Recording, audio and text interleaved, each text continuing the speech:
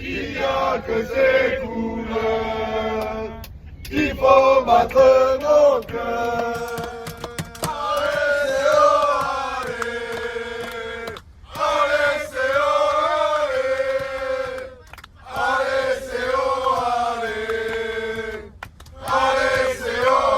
allez, salut mes irréductibles, j'espère que vous allez bien. On se retrouve aujourd'hui pour le débrief de Castres-Montauban. Comme tu le sais, on va commencer la petite vidéo par des petites dédicaces. La première, c'est pour mon amie Emeline qui est venue spécialement de Narbonne pour voir ce match. La deuxième que je vais faire, elle est pour Didier Cos, et oui, le beau-père de ma sœur, qui lui est tout simplement une personne super avec qui je m'entends super bien. Et ensuite, il va y avoir des petites mentions spéciales. Mention spéciale aux jeunes Montalbanais avec qui j'ai fait des photos dans la tribune nord, qui se sont super bien comportés, un état d'esprit magnifique, ils ont encouragé leur équipe, voilà, c'est ça qu'on attend de supporters. Et surtout aux ultras de Sapiac, parce que pour être à fond comme ils sont derrière leur club, les gars, il faut le dire comme c'est un vrai public. Quand je vous disais que je me suis inspiré, moi, de Montauban, Perpignan, Bayonne, pour savoir comment je devais être quand j'étais supporter. Ben, vous avez vu l'exemple un petit peu. Voilà.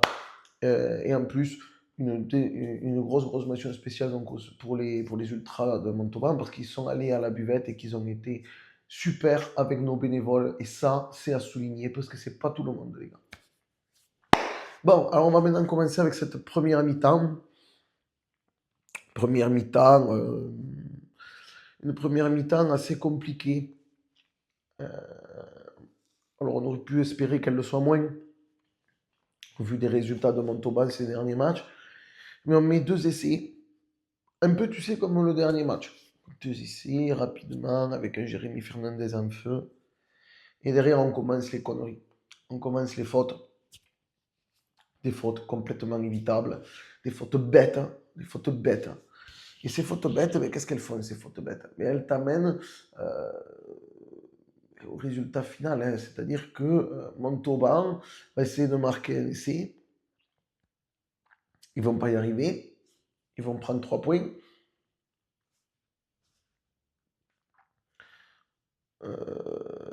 Puis ils vont mettre.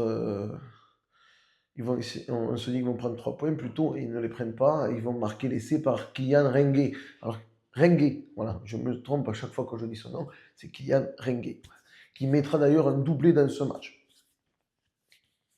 Puis on va remarquer un essai par l'intermédiaire de Pierre Popelin qui est fautif un peu sur le premier essai parce que le numéro 13, je crois que c'est de Montauban, qui sort d'ailleurs sur blessure, le perfore complètement. Et là, j'ai envie de te dire, on sait que tu t'en vas, Pierre, mais fais des efforts. Fais des efforts, merde. Voilà. Alors ensuite, on voit des essais comme au Curato, un pilier sur l'aile. Bon, ma foi, on a vu aussi Colonna sur l'aile. Allons-y.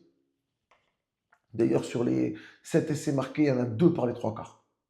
2 par les 3 quarts. Si je ne me trompe pas, tu me reprendras, mais il me semble qu'il y en a 2 par les 3 quarts. Il me semble que c'est Jérémy Fernandez et Pierre Popelin d'ailleurs qui se rattrape juste après.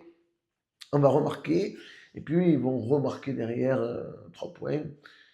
Et en seconde mi-temps, ben c'est pareil, tu balbuties ton rugby. Hein, on va pas, c'est pour ça que je vous dis, on ne va pas fanfaronner. On a balbutié, voilà, on a très très mal joué. C'est les avants qui te sauvent le match. C'est de coop. C'est Di Durand qui se prend pour un centre.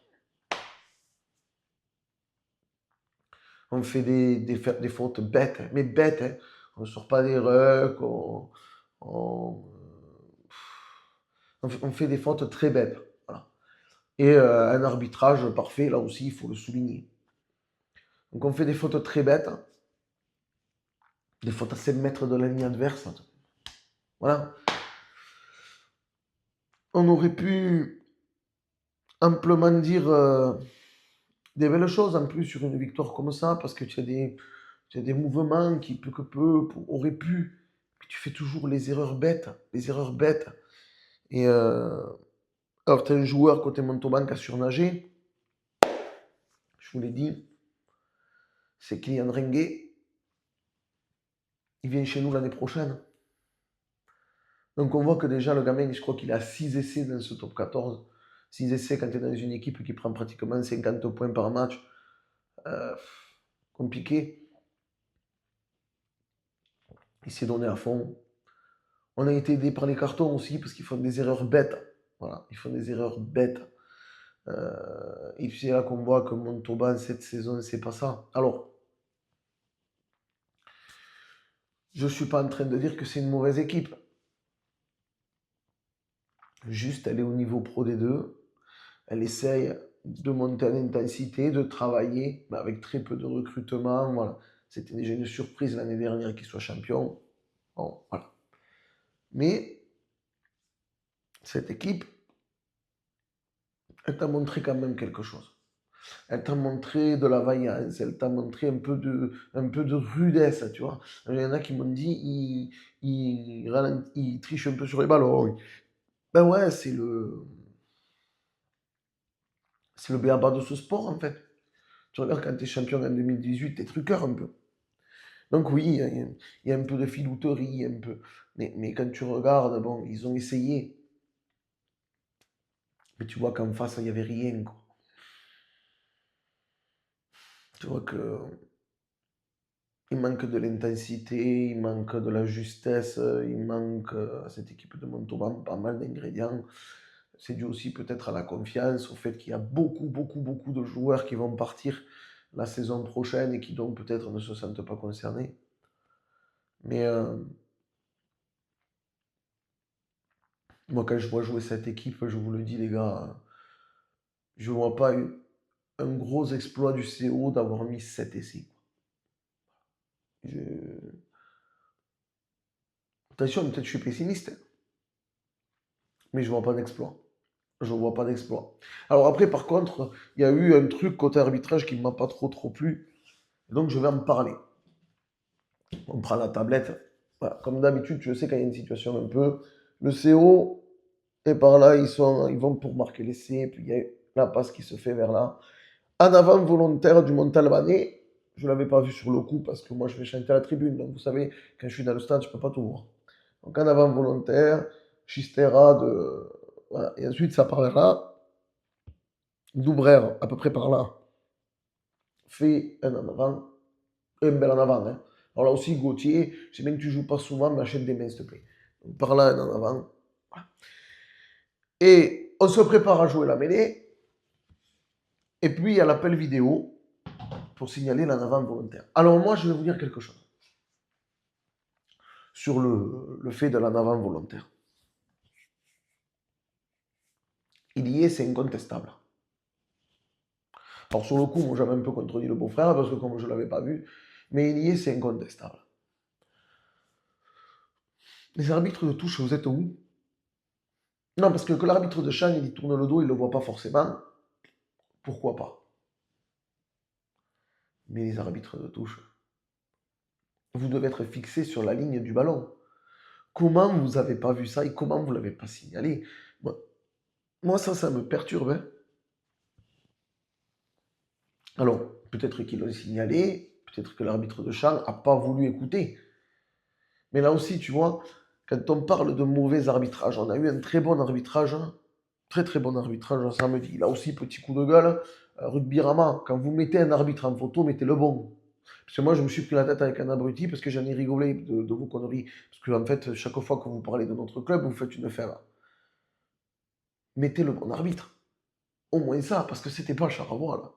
Et heureusement, j'ai envie de te dire, parce qu'on a eu enfin un vrai arbitrage. Tu vois, il n'y a pas beaucoup de très bons arbitres. Mais sur les 2 derniers matchs, on a eu 2 bons arbitrages. Et il faut le dire, parce que quand je sais taper sur les arbitres, là, il faut le dire, on a eu 2 très bons arbitrages. Mais par contre, sur cette liaison, tu vois, arbitre de touche, arbitre de champ, on ne doit jamais arriver à l'action de Doubrin. Jamais. Vous devez le signaler. Et si vous ne le faites pas, si le matériel n'est pas bon, là aussi, c'est là où M. Rénal devrait commander du matériel. Parce que ce n'est pas tout de faire des arbitres professionnels. Il faut aussi le matériel. Il faut avoir la même VAR qu'ils ont en World Rugby. Pourquoi on est en retard là-dessus? Pourquoi on est en retard sur les liaisons, arbitre de touche, arbitre de champ? Je vais vous dire, hein, Je regarde jamais le Super Rugby en principe. La semaine dernière, j'ai regardé le Super Rugby. Vous verriez l'arbitrage du Super Rugby et l'arbitrage du Top 14, vous arrachez les cheveux en France. Il y a une liaison, une connexion, il n'y a presque pas de faute oubliée. Et je parle de fautes qui influent le jeu réel. Par exemple, un en avant volontaire. Alors je ne sais pas. Je ne sais pas ce que vous comptez faire à long terme. Mais par contre, si vous voulez que l'arbitrage s'améliore, déjà il y a une piste, ça s'appelle le matériel. Voilà. Et les liaisons, arbitre de touche, arbitre de champ. Parce que là, sur ce genre d'action, tu vois, on a perdu 10 minutes où il aurait pu y avoir un vrai essai derrière. Voilà. Où il aurait pu avoir un vrai essai derrière. C'est arbitré à contre-temps, c'est. En plus, tu mets pénalité carton jaune, donc tu vois, ça change la donne.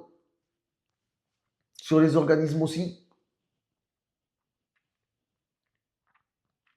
Bref, j'ai trouvé que ça montrait les limites un peu. Et que quand je vous parle de ces liaisons arbitre de touche, arbitre de champ, mais cette situation, elle l'expliquait bien. C'est pour ça que, Monsieur Rénal, si un jour vous tombez sur cette vidéo, ou Monsieur Cardona, parlez-en aussi de ces liaisons entre arbitres. C'est pas normal. C'est pas normal qu'on ait un arbitre vidéo qui soit là pour t'appeler, alors que tu as des arbitres de touche qui sont juste à côté qui le voient. Parce que vous l'avez vu. Vous l'avez vu. Si les gens dans les tribunes l'ont vu, vous l'avez vu. Donc, voilà, je trouve que c'est catastrophique encore une fois.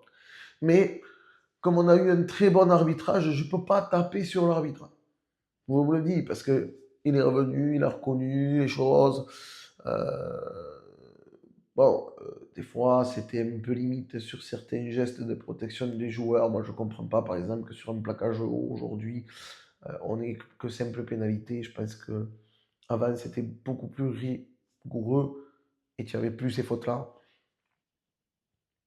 Mais encore une fois, sur ce match-là, on était face à une position faiblarde. Faiblarde, il faut dire ce qui est. Euh, c'est une équipe qui a lâché. C'est pas une équipe qui joue sa survie, comme j'ai entendu certains, non. C'est une équipe qui a lâché. Parce que si elle n'a pas lâché, tu fais jamais le match que tu as fait. C'est une équipe qui a lâché, qui décide de jouer à la baballe jusqu'à la fin de la saison parce qu'ils savent qu'ils vont repartir à l'étage en dessous. Certains essayent de se montrer pour trouver peut-être d'autres clubs ou pour montrer à leur ancien ou leur prochain club qu'ils vont être là la saison prochaine, comme Renguet par exemple. Tu regardes son match, il a été énorme ce joueur. Il est sorti du lot. Je comprends mieux pourquoi en Pro D2, quand il n'était pas là, c'était compliqué. Le mec, il va au contre en touche, il est dans la défense, quand il faut marquer. Là, on a fait une belle recrue.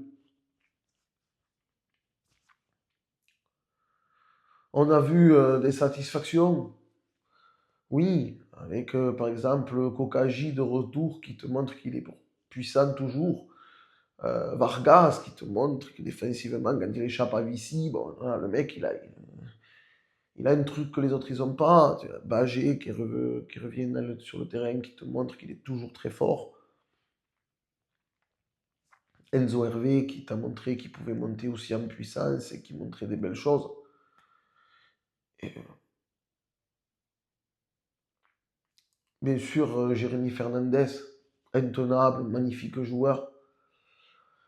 Nos avants, on peut rassurer, mais ils ont aussi beaucoup déçu parce que ben, on voit que tu n'as pas la même densité en première ligne de la première mi-temps et celle de la seconde. Alors c'est bien, hein, Florian aussi, Van Verberg, de dire, je me suis demandé qu'est-ce que c'était cet ancêtre en parlant de Tichit. Lui aussi, on va lui faire une dédicace à Tichit. Parce que Tichit, c'est un joueur qui n'a jamais triché. C'est un joueur qui a toujours été un peu pénalisé de trop. Mais c'est un joueur qui a toujours mouillé le maillot à 2000%. Voilà. Et quand il sort, alors j'ai rien contre toi, Loïs, Quand il sort, Loïs Guérois et... Alors il y a lui et Corato qui sortent, c'est Loïs Guérois et Aurélien Lazare qui rentrent. Ça a piqué les yeux, hein. Deux mêlées où tu te fais enfoncer par la dernière équipe du top 14, hein. Je vous le dis, les gars, si vous y mettez pas. Alors, la première, je vais pas s'assigner sur la première, parce que la première, tu rentres sur une mêlée. Moi, j'ai toujours entendu dire rentrer sur une mêlée pour un pilier, c'est ce qu'il y a de pire. Bon. Mais la deux ou troisième, quand tu te fais encore marcher dessus, si vous faites ça contre le stade, oh que ça va piquer. Ça va piquer, et pas qu'un peu, hein. Ça va piquer, et pas qu'un peu. Donc peut-être que vous vous êtes remis la tête un peu à l'endroit. Bon, on va l'espérer. Mais contre le stade, il va falloir montrer autre chose. Autre chose. Parce que là, vous êtes trop juste. Trop juste. Même, je dirais que quand j'ai lu, il faut pas se gargariser. Non, c'est vrai, il faut pas se gargariser. Il faut regarder le niveau qu'on a montré. C'est un niveau contre une équipe de top 14, je te le dis, hein. Tu passes pas, hein. Voilà, tu passes pas. Il y a des joueurs qui ont montré des belles choses, il y a des joueurs qui ont montré qu'ils lâchaient peut-être un peu. Hule, moi j'ai trouvé qu'il avait été très bon. Le petit Toukino, très très bon. Cop de retour, très très bon. Papali, il a avancé parce qu'en face, c'est ce que je te disais contre le Racing, quand en face il y a deux équipes de même niveau, elles regardent comment joue l'adversaire et elles se positionnent en conséquence. D'accord? Moi, je me rappelle de matchs où ben, on perdait et on s'est dit, ben, toi tu prends lui, toi tu prends lui. Lui, quand il vient perforer, on le prend à deux. Et tu t'adaptes un peu. Et tu t'adaptes un peu. Et quand tu es face à une équipe qui joue quelque chose, elle va s'adapter pour essayer de gagner. Là, tu étais face à une équipe qui joue plus rien. Donc, elle ne s'est pas adaptée, elle est morte avec ses idées. Mais elle joue plus rien. Donc, elle ne s'adapte pas. Maintenant, vous savez pourquoi les autres équipes elles mettent 60 points. Il faut savoir se regarder, les gars. Et dans le jeu qu'on propose, c'est pas bon. C'est pas bon. On manque de vitesse sur certains déblayages. On manque de précision sur certaines passes où il faut être chirurgical. Parce que quand il y a le décalage, il faut être chirurgical. Quand tu as un avantage, il faut être chirurgical. Quand vous allez affronter le Stade Toulousain, la différence entre eux et nous, elle se situe là. C'est-à-dire que vous avez une équipe qui est ultra chirurgicale et une équipe qui vendange à l'extrême. Et on ne peut pas rivaliser, je vous le dis, contre le Stade Toulousain au prochain match si on continue de jouer avec ce niveau de faiblardise. On ne peut pas. Un mêlée trop fragile. Moi, après, je suis content d'avoir revu Gédrasiak. Je trouve que défensivement, il a fait défensivement un très bon match, je trouve. Il a apporté un peu offensivement. Il est en train de revenir à son niveau de Clermont. Donc, moi, je suis content de ça. Mais les gars, il ne faut pas se satisfaire de ce qu'on a fait ce samedi. C'est très beau. C'est très beau. Je suis content, tu vois, d'avoir fait venir quelqu'un de Narbonne et qui a vu une victoire comme ça. Il va falloir vous bouger le cul encore plus. Parce que c'est pas encore assez. C'est pas le niveau du top 14. Ça. Je vous le dis. Voilà. C'était une belle répétition générale.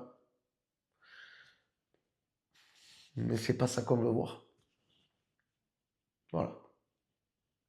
Donc, je vais clôturer cette petite vidéo avec une pensée pour Ibrahim Diarra. Voilà. En espérant que Rengué, quand il arrivera au CO, qu'il puisse nous ramener également un bouclier comme l'avait fait Ibou. Voilà. C'est tout pour aujourd'hui.